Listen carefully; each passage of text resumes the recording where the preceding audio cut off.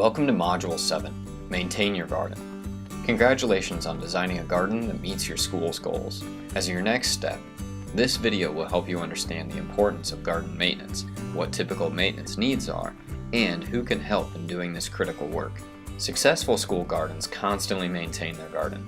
This is how your team can make sure that goals are realized year after year, and that your efforts will last long into the future. Once you have the gardens established, there's maintenance that needs to be continued. Maintaining the garden is probably one of the hardest parts of gardening because there are phases all year long that need to be addressed and taken care of. You have to have really dedicated people who want to come on a regular schedule and work in the garden, not only with the kids, but just the upkeep of it is a lot of work. You have this overgrown area that doesn't look like it's been well taken care of.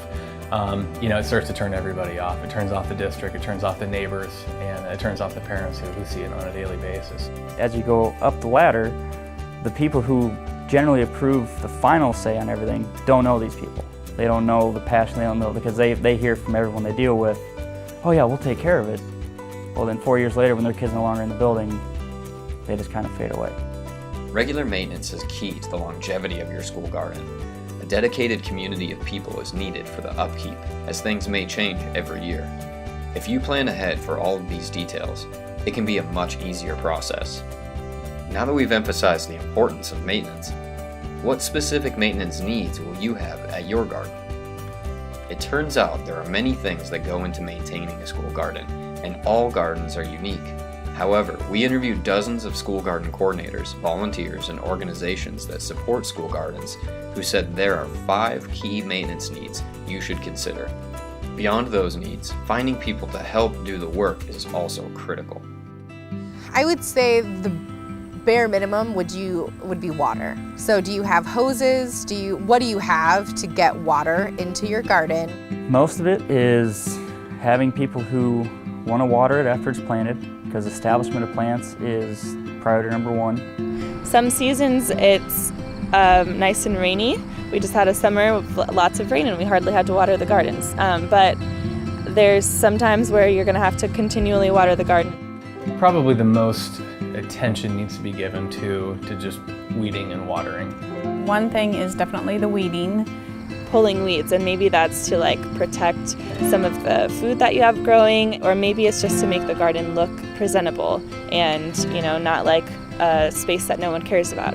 Because you have a design, and when it goes in the ground it looks like your design, but if weeds take over, your design is completely lost.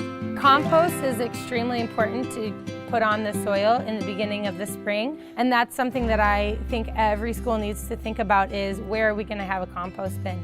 Making sure that you have a compost pile where weeds and things from the garden can go.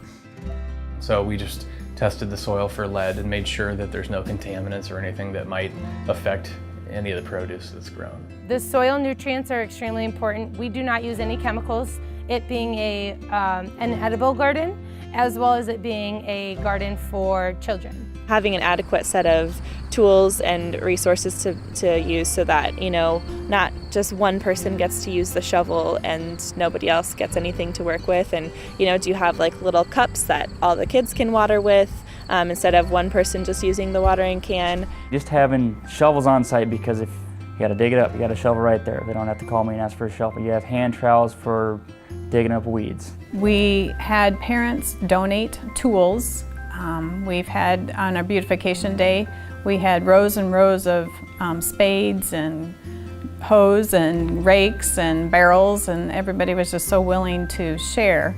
If it's mostly grown-ups in the garden, then having grown-up sized tools. If it's mostly kids in the garden, having kid-sized tools. You don't need the newest, fanciest tools. You can make a lot of things work for your space and make do.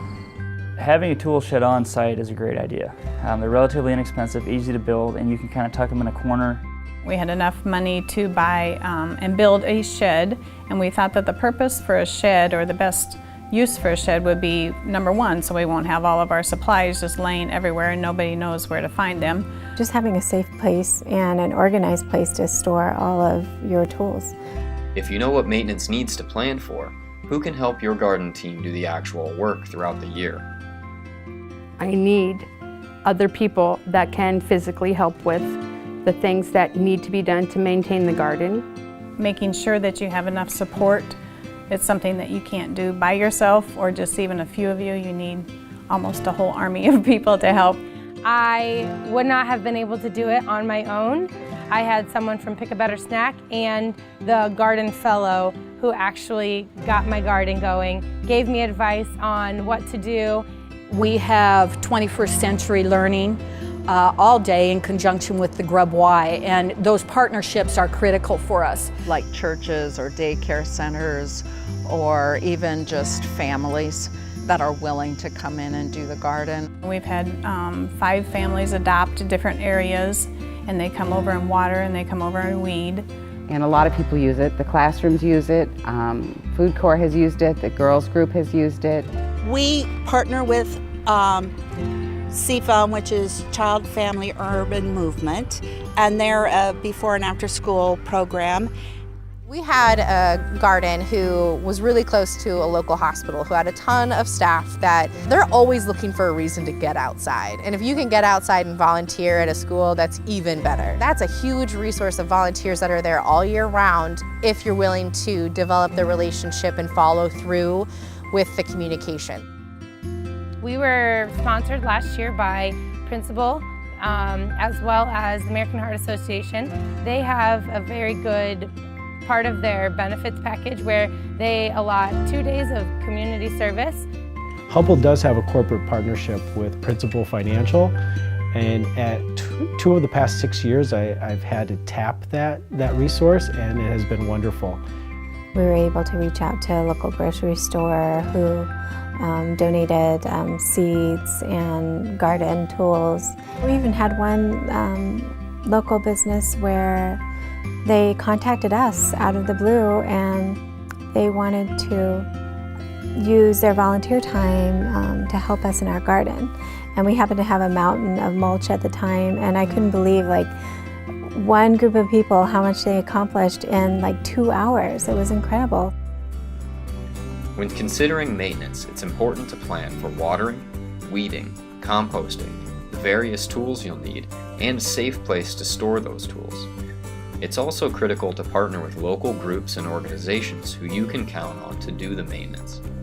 Examples include local nonprofits, summer school programs, after-school programs, local businesses, and parents and families. Now that you know your maintenance needs and who can help, how do you make sure it gets done?